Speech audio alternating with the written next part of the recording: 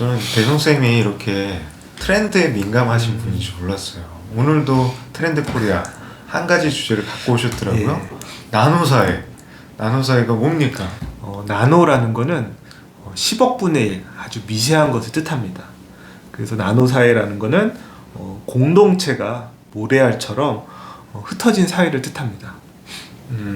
저희가 과거에 이제 산업화 시대, 그리고 저희는 X세대잖아요. 저희 때는 사실은 공동체가 굉장히 중요하다. 공동체가 해체되면 개인 소외가 일어나고 비인간적인 사회가 된다.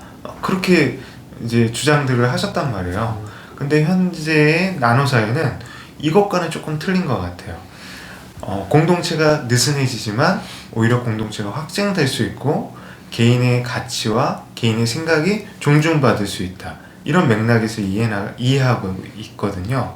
실제로 대부분의 사람들이 굉장히 다양한 커뮤니티에서 활동을 하고 있어요. 그리고 그 사람들과 소통을 하면서 본인이 갖고 있는 관심사 조금 더 이제 발전시키고, 반면에 그동안에 이제 저희가 공동체라 일컫는 굉장히 가까운 분들과의 소통에 있어서는 사실은 사생활이 침해되는 부분들이 있었거든요. 사생활의 영역에서 서로 소통하는 부분들이 있는데 이제 그런 것들에 대해서는 오히려 부담스러워하고 거리를 두는 현상들이 일어나고 있어요. 우리 대 선생님 그런 것들 경험하고 보신 적 있습니까?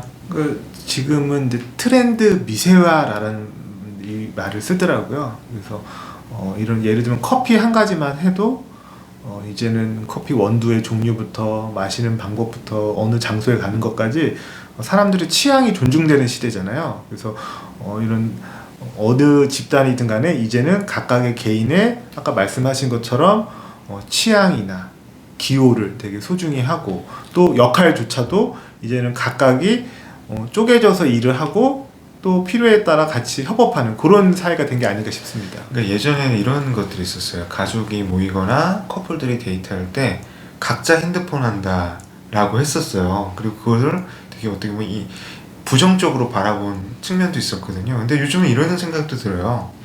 같은 공간에서 커피를 마시면서 소통하지만 또 아까 말씀하신 것처럼 여성분 간 입장에서는 이 커피숍에 예를 든 겁니다. 인테리어에 관심이 있다. 그럼 인테리어 커뮤니티에서 그거에 대해서 실시간으로 소통할 수 있는 거고, 그리고 남자분은 예를 들어서 커피 맛에 관심이 있었다. 그럼 그 커피의 종류와 그리고 커피 특성에 대해서 어떤 정보를 찾아볼 수도 있는 거잖아요. 그러니까 이런 것들이 나노사회죠. 서로와 함께하지만 서로의 취향이나 관심사를 존중해 줄 수 있는 거.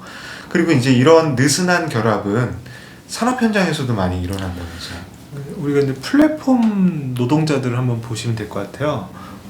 저는 얼마 전에 이 청소 연구소라는 앱에서 청소를 도우미를 이렇게 모셔서 청소를 이렇게 부탁드리고, 혹은 요즘에 이런 라이더들이라고 하잖아요. 이런 배달하시는 그런 분들의 도움으로 정말 집에서 편리하게 음식을 주문받을 수 있는 그런 것처럼, 근데 또 그런 분들이 각 어느 업소에 소속돼 있는 건 아니잖아요. 각자 독립돼서 경제 활동을 하고 그게 시스템으로 갖춰져서 사회를 돌아가게 하는 그런 시대가 온 게 아닌가 싶습니다. 그렇죠. 그래서 저희가 이제 모 커뮤니티에 보니까 개인의 고민들을 사실은 그동안은 가까운 친구나 가족들에게 상담을 했더라면 이제 커뮤니티에 있는 불특정 다수에게 자기 고민을 상담하는 거예요.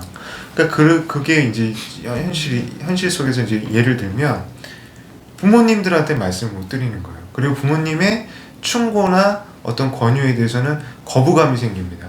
그렇지만 나와 같은 취미와 관심사를 갖고 있는 커뮤니티의 다수의 사람들이 사소하게 던진 말 한마디는 되게 그 사람 본인 당사자에게 힘이 된다라고 생각하고 있거든요. 그러니까 나노사회는 참 요즘에 MZ세대의 특성과 많이 닿아 있는 것 같아요. 저는 이 나노사회가 가능해진 그 배경에는 초연결, 이런 과학기술의 이런 정보통신의 발달이 기반이 되었다고 생각이 듭니다. 말씀하신 것처럼 이제는 직접 가서 대면해서만 그 관계를 형성할 수 있는 게 아니라 실시간으로 다양한 채널을 통해 메타버스든 이런 SNS든 간에, 그래서 이제는 개인이 자기의 취향과 적성에 따라 다양한 커뮤니티나 이런 관계를 맺고 그 다음에 과거의 전통적인 그런 공동체는 약간 느슨해진 게 아닌가 생각이 드네요. 그러니까 제가 조금 오픈 얘기를 하자면 어제도 제가 저희가 살고 있는 동네에서 맛집을 찾으려고 하는데 제가 메뉴를 막 추천을 했어요.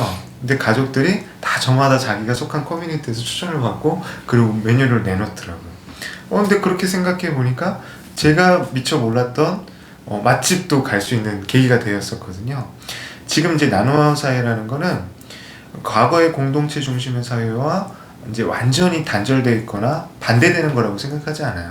과거의 공동체가 어떤 개인의 사적 영역까지 구속했다라면 지금은 개인을 존중하고 개인이 갖고 있는 가치를 존중하면서 공동체 간의 결속이 되는 조금 폭넓은 공동체, 발전된 모델이라고 생각합니다.